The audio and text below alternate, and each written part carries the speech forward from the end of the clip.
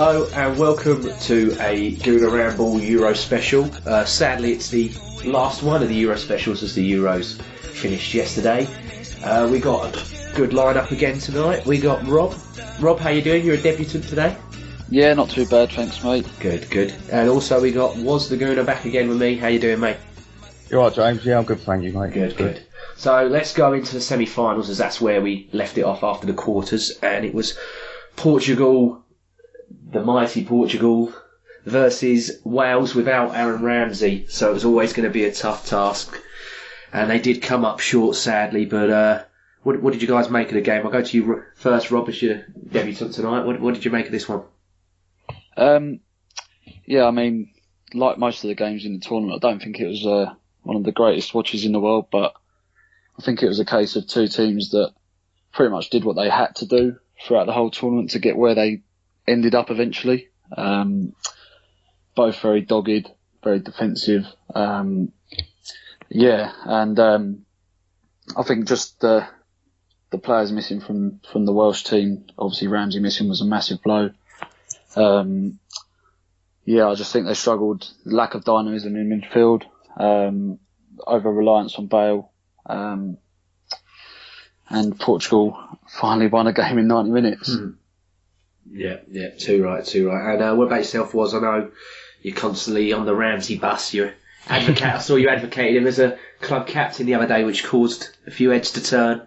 Always does. Anything you say about Aaron will cause a few heads to turn. But I mean, discussed it in the last one. I really did think it would be the killer for the Welsh, and I wanted to be wrong. And realistically, the game there weren't like Rob said, it was pretty dull affair, especially the first half. And Andy King come in for Ramsey, and I think, to be fair, they had a couple of opportunities where maybe if it was Aaron Ramsey and not Andy King bursting into the box, they might have gotten the end of it. I can recall Bale hitting the byline once, and also a Robson Kanu cross where Andy King, to be fair, did get the header. But that aside, not a lot really happened in the first half, did it? And it was quite a boring game for a semi-final of a major tournament. But as Rob touched on, you expect that when the two teams that have got there have done it by being very dogged. So yeah. You talk about the over-reliance on Bale. I remember watching the game, and I was just like, he's too deep in the game. He needs to be further up. He just seemed isolated, and he didn't have Ramsey in that to spread him about, did he? Really?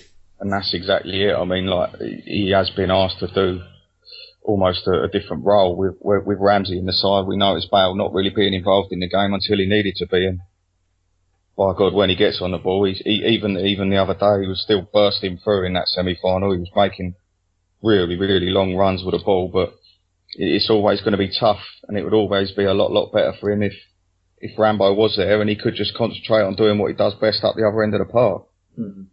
Rob, did you have any more you wanted to say about Wales? Not too much on Wales, to be honest. I mean, the game was pretty much won when Ronaldo scored that magnificent header. You couldn't really see anything coming back from Wales after that. I mean, as I said, over reliance on Bale.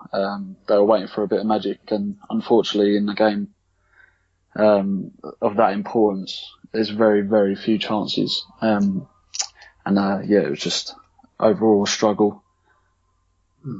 Was yourself? Is there anything else you want to chuck in there? Yeah, well, obviously, like you just said, the Ronaldo header. I see a little thing the other day. He was at 7'10" when he headed that ball. He's got the best leap in football, I think. Don't get me wrong, he's 6'2", but he's still to head the ball with that power and that accuracy at that height. I mean, he makes the defenders look like they're not even jumping. But he's incredible. And then obviously after the first goal, like Rob said, it was always going to be an uphill struggle. And then Ronaldo with a sort of a cross-come shot, and Arnie toes it in. And then you sort of, it's game over. And after that, João Mario misses an absolute sitter. And really the only thing I can recall is a Bale pop from about 45 yards, which stung the keeper's palms. But it was sort of game, set and match. And they just run out of steam, the Welsh. And they had a fantastic tournament. But unfortunately, their key man and one of the key men of the whole Euros was missing for them in the biggest game, and that's where it ended for the Welsh.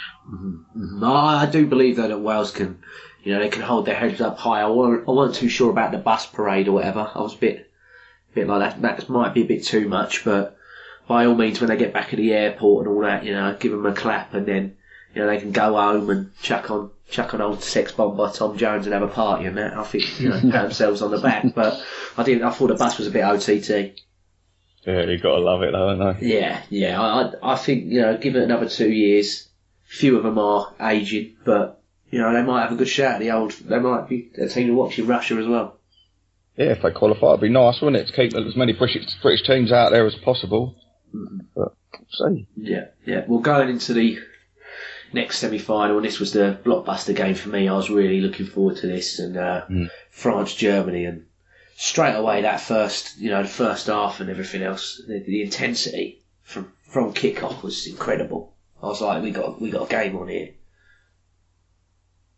The atmosphere, first and foremost, the atmosphere in the stadium was phenomenal, like unbelievable. You could sense it. Sometimes in big games, it often, especially with continental fans, sometimes the atmosphere ain't as great, and that was just rocket. The place was unbelievable. Both sets of fans, you could hear them from the word off, and you could almost feel the atmosphere through the TV sort of thing. And the French started off like a house on fire, and Griezmann pulled a great save out of Neuer, and then the Germans got back into the game, and it just really looked like it was going end to end. Emre Can had a shot from the edge of the box. Mesut, again, the man, I think he's been magnificent, and he always is magnificent, but he picked up a fantastic position between the lines, fed Muller, cut it back, good shot from Can, and it was saved, but it kind of really it was all frenetic and all frantic, but then the referee went and took it upon himself to make a decision. I don't know what you thought of that, Rob. Yeah, it was a strange one, wasn't it? It took the referee a little bit of time to make the decision and actually stop the play. I think everyone was a bit confused as to what was going on, but looking back on it, it was definitely a penalty. I don't know what Schweinsteiger's doing with his arms in the air like that, but yeah, it was 100% a penalty for me. Yeah, what did you make did you think it was a penalty straight away, or? Yeah, I think, like Rob said, when you're going into, I think what happened with Schweinsteiger is he had lost.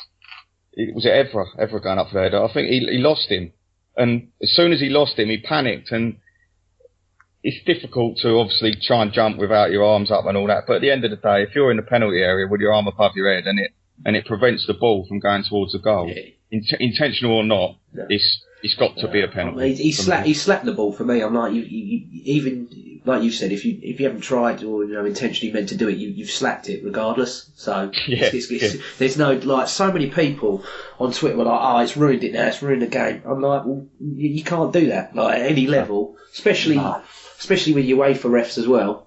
And they got those ones. They got the ones with the Disney ones behind the goals. You don't know what they're. I've never seen them make a decision anyway.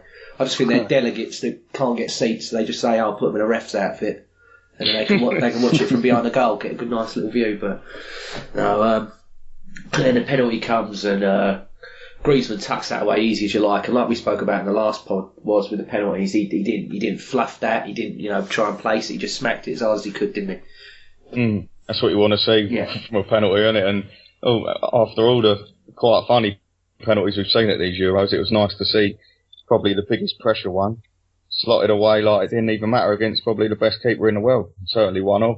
And he just sent him the wrong way, called as you like, and happy days. They went in at half time. You think, blimey, they're in front here. The Germans have got to respond, and went to the second half. And then the French just carried on going, didn't they? Mm-hmm. I was well impressed with their performance overall, and to be fair, I thought both teams played well, and I felt we discussed the players that the Germans were going to be missing, and I think that was the killer. Really, Gomez is not the best striker out there, but I think they just lacked a focal point, and I think that they kept getting into areas, but just without that natural number 9 who would be getting on the end of things, I think that's what killed them. And Khedira was a missing midfield, but they did play well, and it come down to our mate Paul Pogba with some Michael Jackson legwork and went past his man, didn't he? Olivier Giroud causing the panic that he always does in the box, and he's had a little bit of a flap at that Neuer, and it's been poked in. 2-0 France, and you think, bloody hell, it's got to be game over. Rob, what did you make in the second half, mate? I mean, as was said a second ago, Khedira was a massive miss. I think the Germans just obviously they shaped up slightly different with Ozil playing slightly wider, although he drifts into those pockets beautifully as he always does. It was actually quite nice to see Mesut get the plaudits after a big game, in a game that they lost as well. Rarely see that Ozil gets plaudits in a game like that, so that was good to see. But yeah, I think Khedira missing, obviously Emre Can coming in. I just think the midfield three was slightly flat. I didn't see a great lot of movement, and it all came from Ozil, who was having to sort of roam around everywhere, really. I just feel that midfield three didn't work so well. And then obviously second half, Jerome Boateng goes down and gets injured, which I think was pretty much the crushing blow, because he's pretty much a midfielder when he's playing in central defence there, with his passing range and the way he can play through the lines from centre half as well. So I think that was massive for the Germans. Yeah, and then obviously Griezmann scores the second goal, and France did well. They shored it up, brought Kante on for Payet, brought Gignac on for Giroud, as they did pretty much every game, to just give some fresh legs. And I think the French were just very professional in the way they went about it and the way they managed the game. And yeah, I think they thoroughly deserved it in the end. Yeah, I 100% agree with you there. But you go on about Germany and the lack of the focal point of the attack there was, Ozil, I thought, yeah, he did get the plaudits, he did deserve after that, even like Rob said as well, after a loss. But, he made 18 chances during the tournament, only got the one assist, that's not really him not doing his work, is it? There's nobody there to finish it. I mean, the one he did get for Schweinsteiger is a bloody beautiful run and then cross and goal. But for the rest of the tournament, it was just like there was no one really. Bit reminiscent of Arsenal at times. There's just no one there to finish up his great work. Well, I was about to say we've heard that all before, haven't we, mate? To be honest with you. And I think he had a bit more freedom, and I think he was playing a bit more in his position. Not so much in the semi like Rob touched on. He was asked to be and played a bit wider, and I think that comes with Khedira and Emre Can situation. But I thought Mesut was magical throughout the tournament, and I thought he was brilliant, and he always is brilliant to watch. And that chance creation stat, it'll always come up with him, because he is one of the most intelligent footballers I've ever seen. He is just levels ahead of other players on the park, and he's always finding space. And I was absolutely devastated for him, and it was lovely to see it full time. It did warm my heart a little bit. I had a little moment watching Giroud and Kos going over and cuddling him, and it is nice to see. But have some rest, Mesut, and be ready for next season, fella. Was there anything else you guys wanted to add about the other semi, the France-Germany one? Oh, no, it's all me. That's sorted for me now, mate. Yeah. Rob, yourself? I just was going to touch on a little point, just to touch on Ozil going over to Wenger and Pires after the game as well. I thought that was quite interesting. Obviously, we don't know what they were talking about, but it looked like they were quite consoling as well, as were Ollie and Kos. So yeah, it's quite nice. Yeah, well, yeah, it's nice. It's nice to have that sort of sentimentality and everything there, because he is a guy that takes quite a few things to heart, doesn't he? He's got that sort of personality where, he does struggle a bit with his emotions at times and everything. So, yeah, it was good to see. And going into the final, we started off before the balls have even been kicked to the invasion of super moths. I didn't know why they just didn't have an industrial sized Lynx and match and sort of finish them off, but whatever that all started, and then for a time being the moths were the most entertaining thing in the whole game. The football was absolutely diabolical, and it said something to me that Ronaldo goes down, you think, oh great, this is ruined, and then a guy who has been arguably one of the worst players in the Premier League this year is man of the match in Moussa Sissoko. It was just baffling. But what did you guys make of it? I'll go to you first, Rob, again. Yeah, as you say, it was really, really mind-numbing, actually. And with Ronaldo getting injured that early on, Portugal were fairly boring throughout the tournament, and I think that just then set the tone.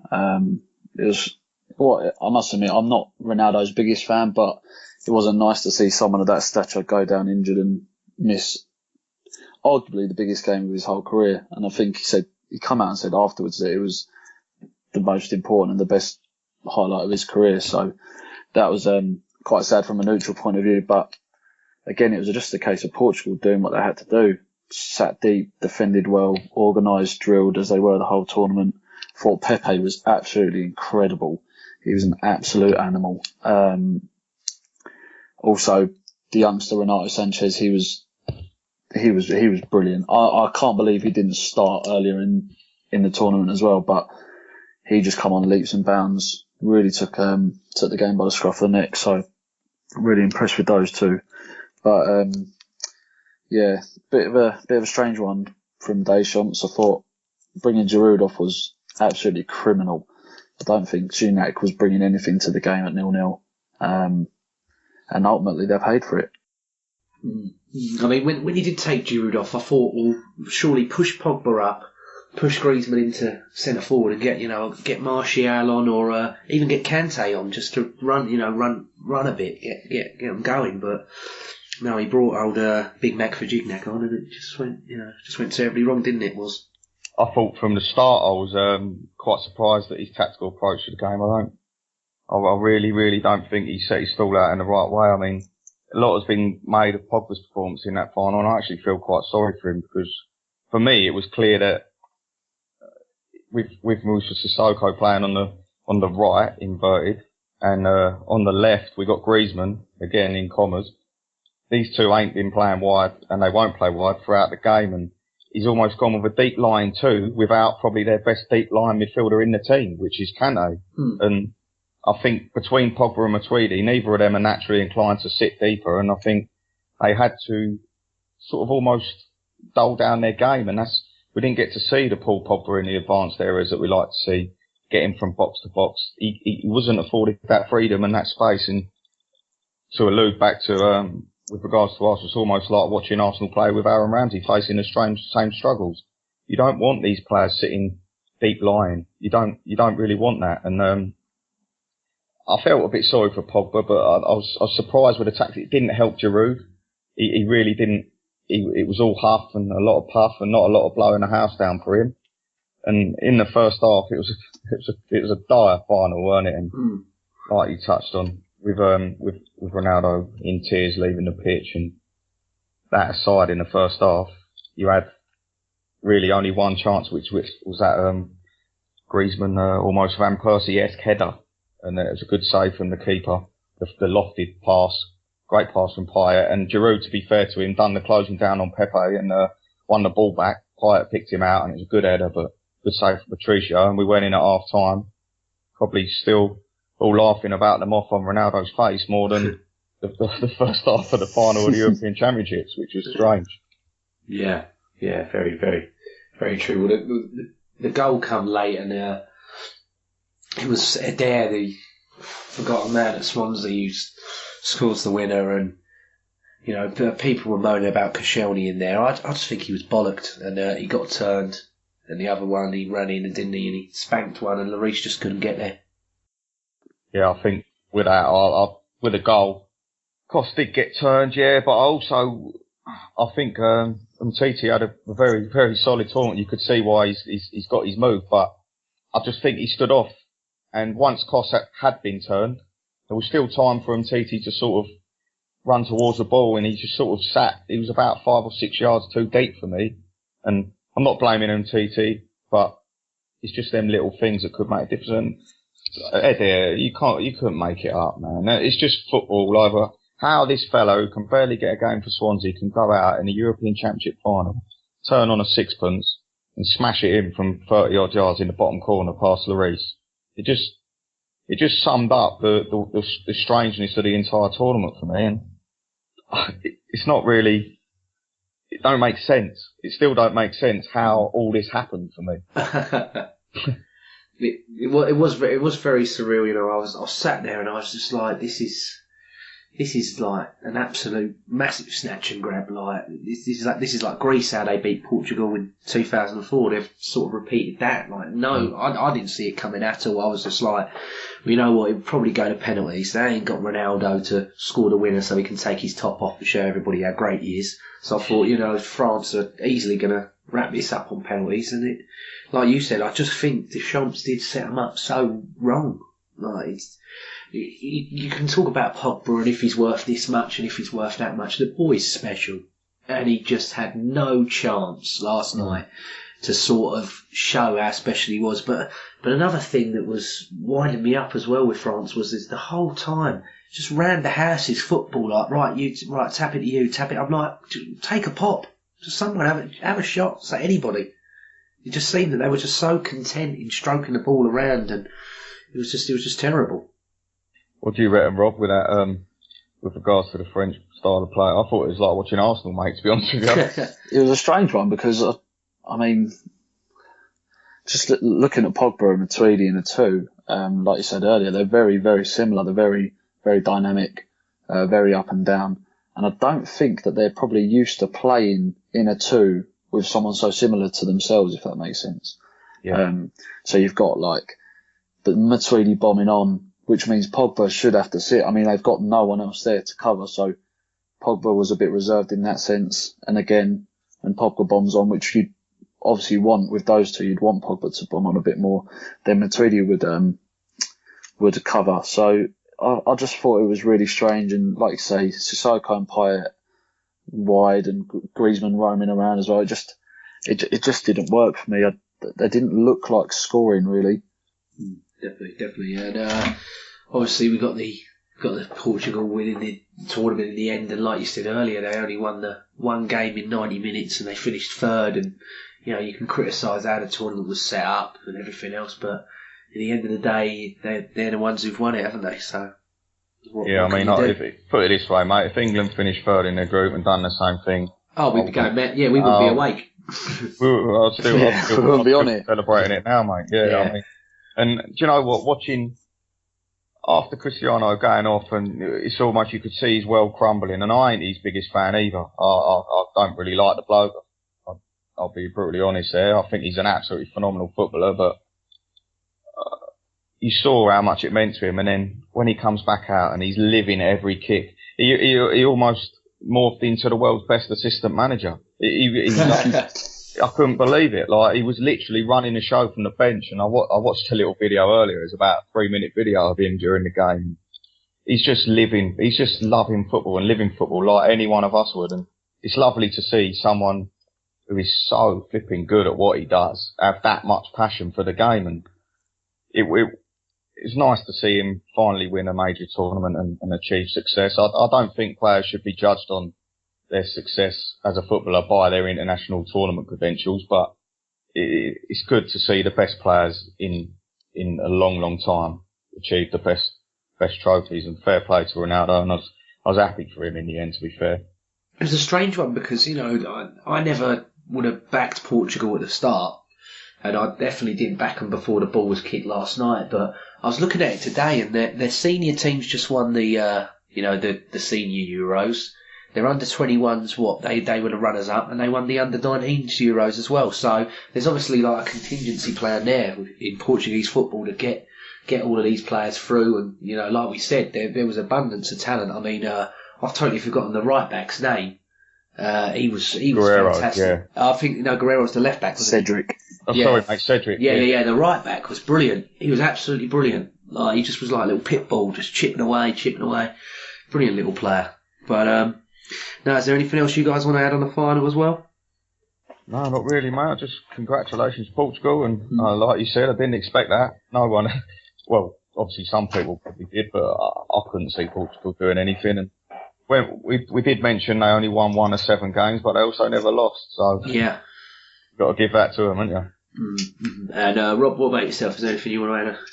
I mean, yeah, like was said, you can't be too well. Sorry, I couldn't be too surprised. I mean, I didn't see them winning either, but I don't think. I think I was reading earlier that Portugal haven't lost a competitive game under this current manager, so I don't think anyone should have been really surprised. I mean, they haven't lost yet, so yeah, they did what they had to do, and congratulations to them.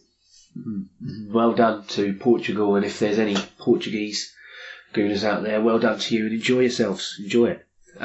Now, going into the team of the tournament, we like doing this ourselves. Sometimes we've done it for the Premier League. We did the Premier League team of the year and stuff. We did a review of that during the year.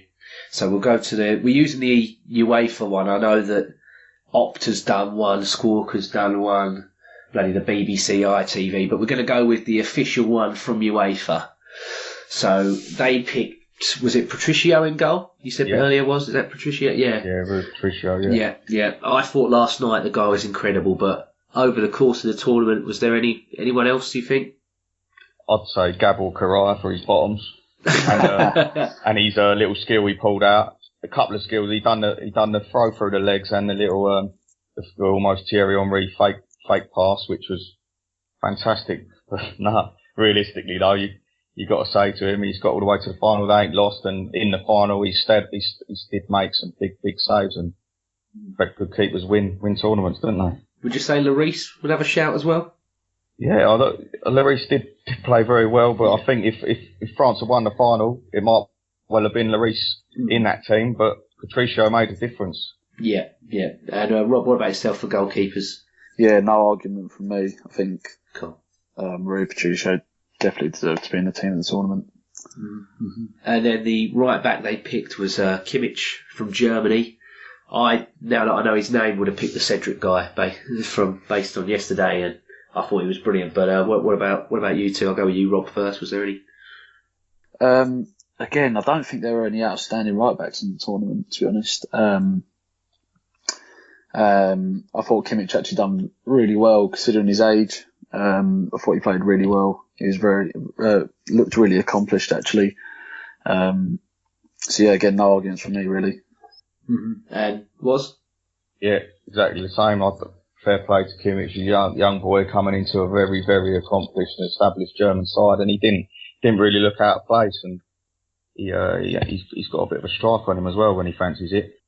And at centre half, they picked Boateng, obviously, who, if he didn't get injured, God knows what could have happened with Germany and everything else. And we talked about it the other week about how on current form he's got to be the best centre half in the world.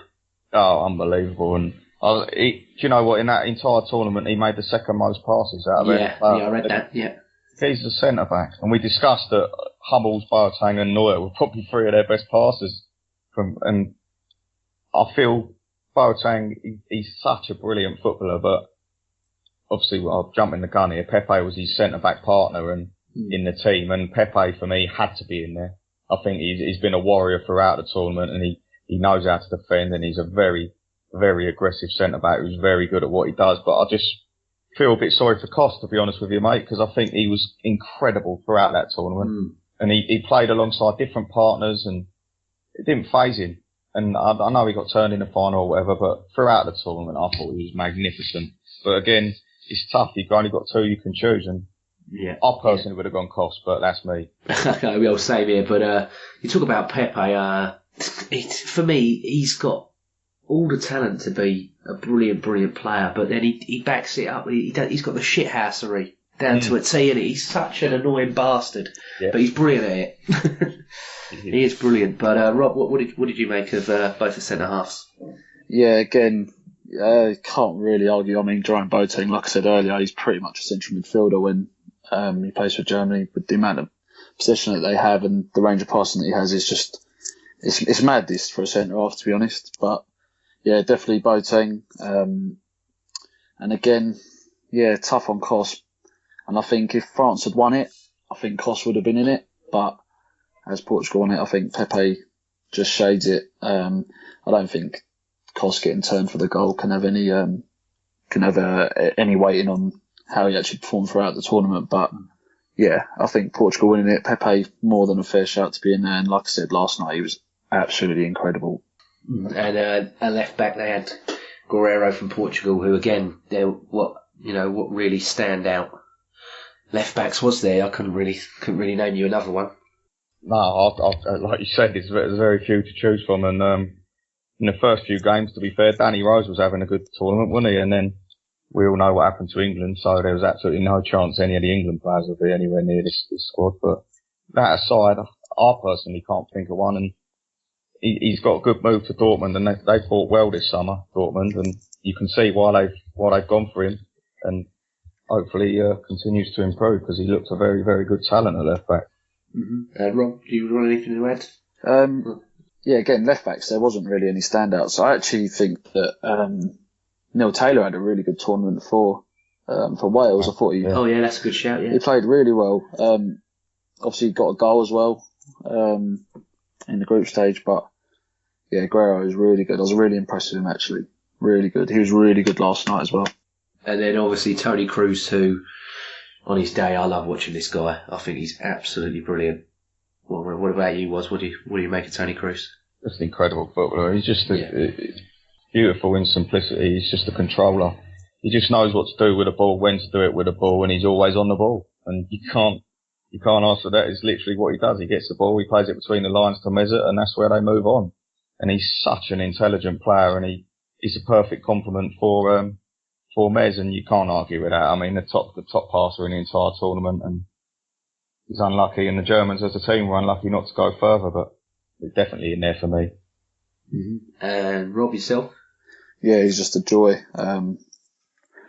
He just makes the game look so effortless. Similar in that respect to Iniesta. He just makes every single pass look so easy. When you watch him, it makes you think that you could do it just as well. But yeah, he controls games so well. And was brilliant for Germany in every game.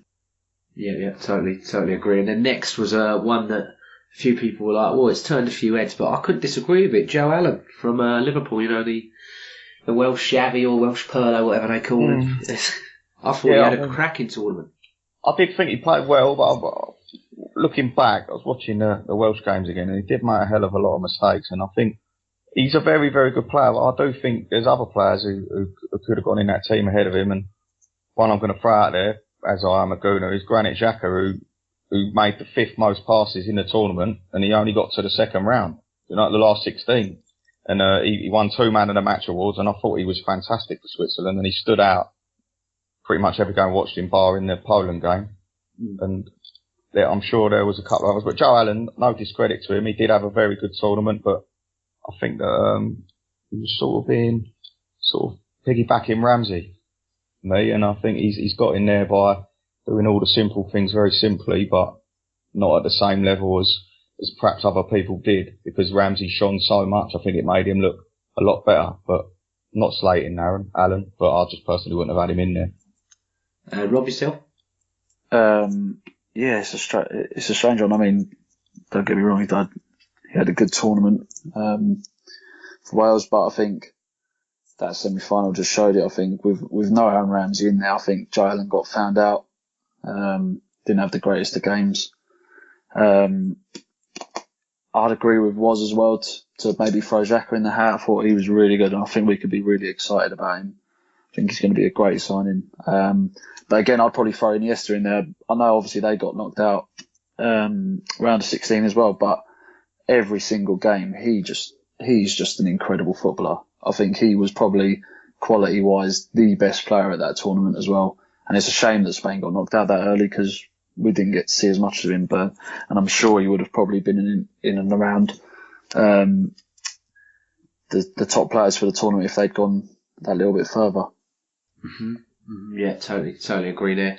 And next we got the Arsenal player in there. Thank God we got one in Aaron Ramsey, who, to be fair, the guy had a great tournament, and if he comes back like that, we're going to be well happy, aren't we?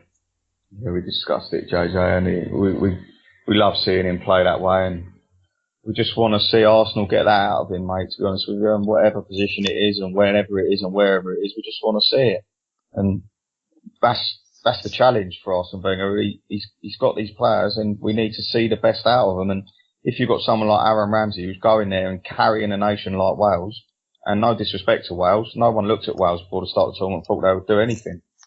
And he was the key man in pretty much all their games, I personally think. And like Rob touched on, as soon as he weren't there, you just noticed. And that's what happens with top players. And everyone's talking about Bale being the man to drag Wales through. Ramsey was that man.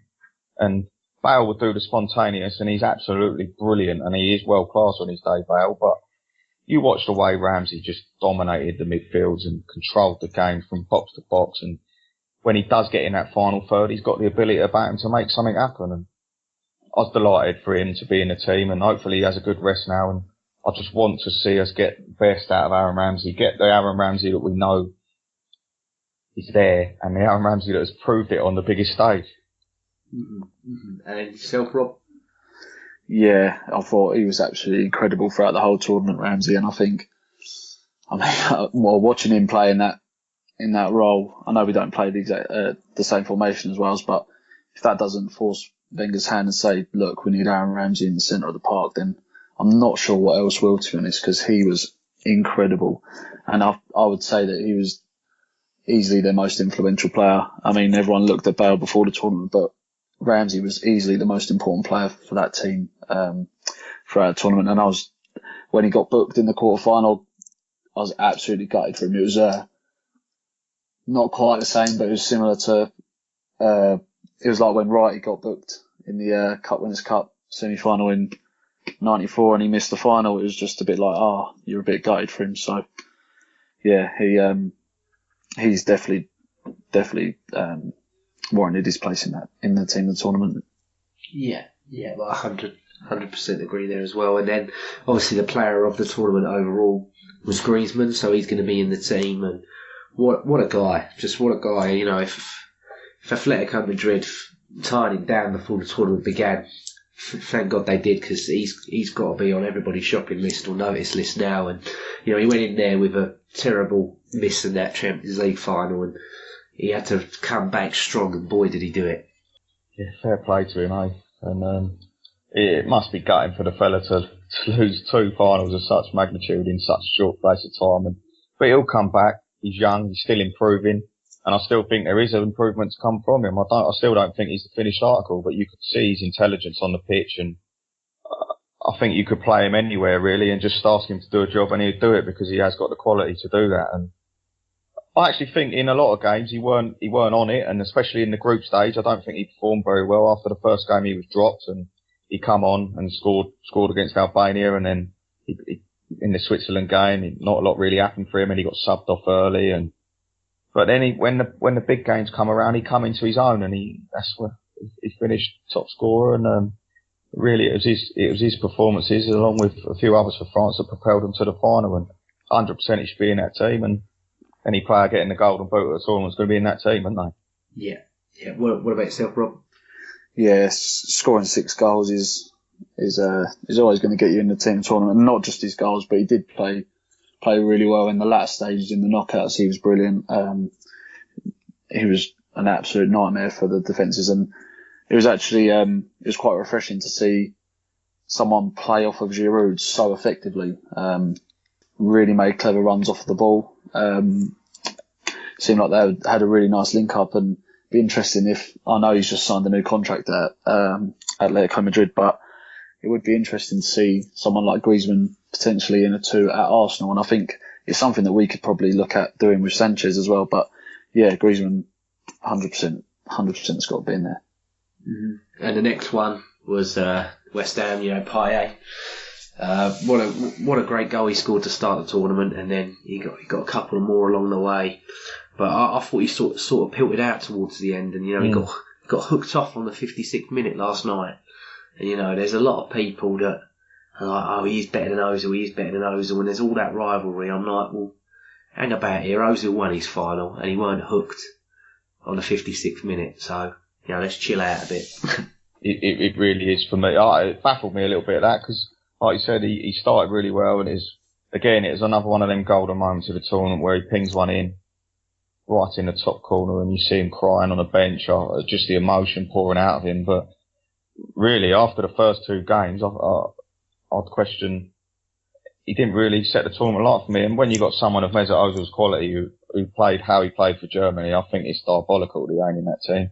I thought he run the show for the Germans, and the Germans looked very good, and I thought he stood out for them. And I do think if it was Germany in that final, Payet wouldn't have been in that team. But I still, even with them being there, I'd have still had Mesut in there. I thought he was phenomenal at this tournament. Yeah, like you said earlier, with Mesut creating all those chances and only one being converted from them, it's pretty hard, because I don't think a lot of people recognise the talent that that the bloke has. I think I know he got the plaudits he deserved in the semi-final, but his overall performances don't really get the recognition that he deserves. So again, if Germany were in the final and had they beaten France, I think Ozil no doubt would have been in that team. But again, it's very easy for the people at UEFA to pick Payet, host nation, scored 3 goals and got to the final. So easy pick for them. Yeah, but then last up was obviously Ronaldo, who, you know, like he's going to be put in there, and he's the superstar of the world. So that was pretty self-explanatory. I don't know if any of you want to chip in on that, or should we just go straight into the next one? Well, not only was he the centre forward in the tournament, I reckon he was probably the assistant manager of the tournament. So he's won a couple of awards there for me, but obviously he was going to be in there, wasn't he? I mean, after not almost carrying the side, and it started off pretty sour for him, but he turned it around, and gutting to see him go in the final, but he's one of, if not the best player in the world on his day, isn't he? So he's going to be in there. Yeah, and Rob? Yeah, I think I actually think that he wasn't in general play. I don't think he was that great in many of the games. Actually, I know he scored the important goals, and I know it's the big moments that count. But yeah, I mean, personally, I think in general play, I think Olivier Giroud probably had a better tournament than Ronaldo. But when it counts and in those big moments, Ronaldo delivered, and his team have won the tournament. So I don't think there's any argument really. But yeah, not great for me. Didn't set the world alight with his actual all-round performances. Okay, so that's that done, and we'll move into who we thought was the best Arsenal player. I think it's probably going to be unanimous, but for me, I picked Aaron Ramsey. 4 assists and a goal. You can't ask for more. And like you said earlier, I hope he gets a nice rest and comes back in and shows us the player he was in this Euros. But I'll pass it around still, just in case you might have one different. So I'll go to your first. I'm guessing you're the same as me, but you never know. Yeah, I do think it's got to be Ramsey for me, but I do think Mesut was very, very close. It's just like we keep talking about. If them chances are converted, people are looking at him as a player of the tournament, to be honest with you. And I just love watching Mesut, and I always will love watching Mesut. But I think from Aaron Ramsey's point of view, he's really carried that Welsh team. And I'd also like to give a little word out for Giroud, because he's getting booed left, right and centre before the start of the tournament, and the French don't having him, the Arsenal fans ain't having him, but he went out there, he got 3 goals, he played well in every game. I think the last game, the final, he was really stunted at service, and he did have that chance with a good run off of Kingsley Coman, played that little through ball, and he hit it well, Giroud, across the keeper, but Patricio, keeper of the tournament, got down and made the save, and if that goes in, then you're laughing, aren't you? And I don't think Ronaldo's in that team, like Rob said, but definitely he's got to go to Ramsey. Fair play to him. No arguments from me as well. I think it's got to be Aaron Ramsey, absolute heartbeat of the Welsh team. I think the other Arsenal boys can hold their heads high with their personal performances throughout the tournament as well. Xhaka doing very well, although getting knocked out relatively early. Koscielny and Giroud obviously getting to the final. I think they were very strong throughout as well. Mesut obviously incredible, but yeah, it has to be Aaron for me as well. Cool. Going into the goal of the tournament, I'll go last. I'll let you two guys have a bit of a chat about that first. I'll go to you. What was your favourite goal of the whole tournament, mate? Yeah, there weren't that many brilliant goals. It depends, I think, whether you want to go for individual brilliance or a bit of a team goal with a lovely turn in it. I think what Shaqiri done was absolutely phenomenal, to be honest with you. He's about 5'2", and he was about he's up in the air from outside the box, flying over a kick. I mean, that is an incredible goal and a ridiculous skill. But then the Welsh goal, the run from Ramsey is perfect. The ball to Ramsey is pinpoint. The control, the touch, the awareness, the turn.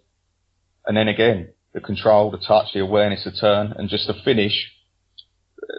It's a lovely, lovely goal, but I'm going to go Hal Robson-Kanu then, because Ramsey's involved. Just going to be a bit biased. Yeah, my favourite was that Shaqiri goal. That was just absolutely out of this world. I mean, yeah, someone just over 5 foot, leaping in the air, acrobatic, accuracy, technique. You're not going to see many better goals like that, and it was pretty much outside the area as well. So, yeah, that goal for me, you could probably throw others in there like Modric's volley as well. I thought that was really good against Turkey. But yeah, Shaqiri for me all day. And myself, I've also picked Hal Robson-Kanu just from the point of view of this guy's a free agent. No one in the world thinks this guy's got any ability. He's clubless. And here he is, he spins 3 people like a hot point and then slides it in. Unbelievable goal. And it's like you said earlier, isn't it? It's like just why you love football, just the stories and everything else. It was just a beautiful moment, really. It was a great goal. And so that concludes all that with the Euros. But Rob or Woz, if you've got anything else you want to chip in, go ahead.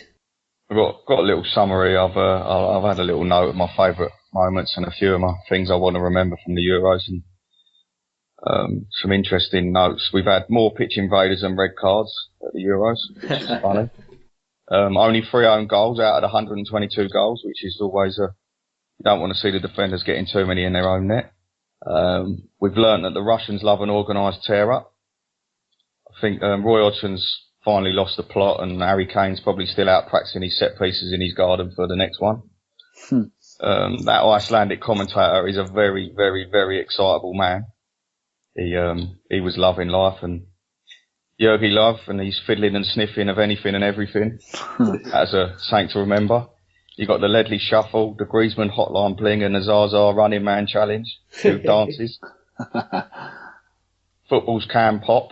I've never seen that before, and apparently they can pop. And Switzerland's kits, rubbish, absolute rubbish.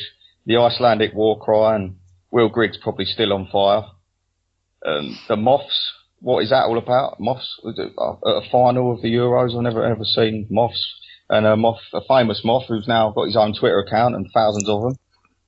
And then Cristiano Ronaldo, his anger out throughout the tournament. He looked frustrated and picked up that microphone, then he threw it in the river. And I don't know if you've seen the video of him punching his teammate on the knee on the bench. And then a devastated man who's like inconsolable just turns into, in half hour, a world-class assistant manager and ends up lifting the trophy. And I think my favourite moment throughout the whole tournament overall, which sums up everything for me, is that video of that young Portuguese lad and that French man. And that sums up football for me, and that's the beautiful game. And it weren't the best tournament ever, but I did enjoy it, and I'm gutted I've got to wait 2 years for the next major international tournament, but definitely that Portuguese lad and that French man. If you haven't seen it, you've got to watch it because it just sums up. Beautiful. Yeah, it's incredible. Yeah. That's basically the end of my Euro 2016, to be honest. Yeah, and what about yourself, Rob? Is there anything you want to chip in there? No, I think Woz summed everything up quite nicely, actually. Although it was quite a dull tournament, I think there's definitely some potential that's come out of it. I mean, Xhaka, of course, quite exciting for us, but I think watching players like Renato Sanchez, I mean, break through into the Portugal team, become one of the most important players in the team, and I'm sure we'll see him in many important club games and national games in major tournaments to come. So, yeah, nothing much else from me. Yeah, no, it was a nice little watch, wasn't it? It was a nice little summer filler. I have no care at all for the Olympics apart from scouting Asano. So I don't know if we're going to be doing Olympic football pods. They might be a bit desperate, but probably be like a Asano watch, won't it? Just you know, do a bit of a David Attenborough analysis on the boy. But I want to thank you both for coming on. So it's been a pleasure. I've enjoyed it. Loved the whole Euro, Jojo. Cheers, mate. Yeah, no worries. And thank you, Rob, for coming on as well. Yeah, no problem, mate. Anytime. Hopefully we can talk again in the future. But roll on 11 days because Arsenal play Racing Club Lens. And I don't know if we're going to do a podcast straight after that. I think it's one of the only pre-season games on Arsenal.com. I think the rest probably going to be on the ESPNs or the BT Sports and everything else. So maybe you'll get a podcast after that. If not, we might do a collective one of all the pre-season games together like we did last year for you. But again, thanks for listening. I hope you enjoyed the Euros, and let's just, enjoy the pre-season and what comes. And hopefully we sign a striker. Take care. Hopefully. Take care, everyone. Thanks for listening.